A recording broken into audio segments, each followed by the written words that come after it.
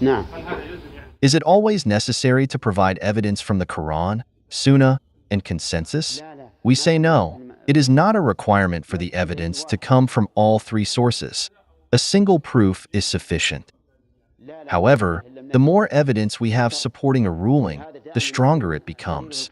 I personally prefer, whenever possible, to mention both textual and rational evidence, because people today are in need of it due to the weakness of faith.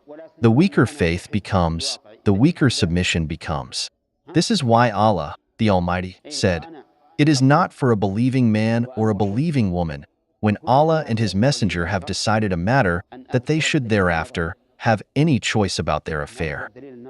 So, the stronger a person's faith, the stronger their submission to religious rulings, whether they understand the wisdom behind them or not. And the weaker the faith, the weaker the submission to these rulings.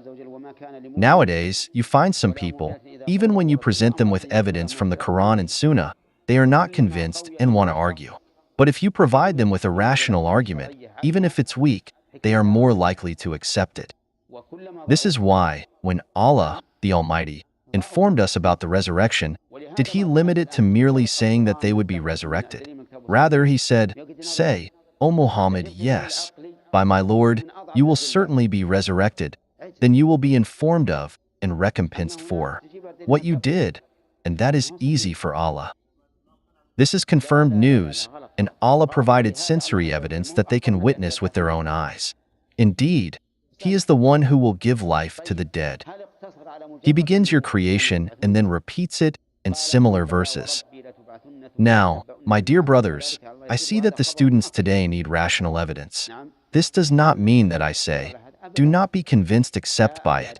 It is obligatory to be convinced by the religious texts, no matter the situation. But as a student, you will engage in debates and arguments, and if you do not have rational evidence, you might be defeated. Those who are only convinced by rational evidence, even if you present the most authentic and clear evidence from the Quran and Sunnah, will still try to distort it. They will say, this means such and such. They might even accuse you of being ignorant, saying that you only take the apparent meaning. But when you present rational evidence supporting the scriptural evidence, these people will pause. How did Shaykh al-Islam Ibn Taymiyyah, may Allah have mercy on him, refute the leading scholars of philosophy? It was through rational arguments.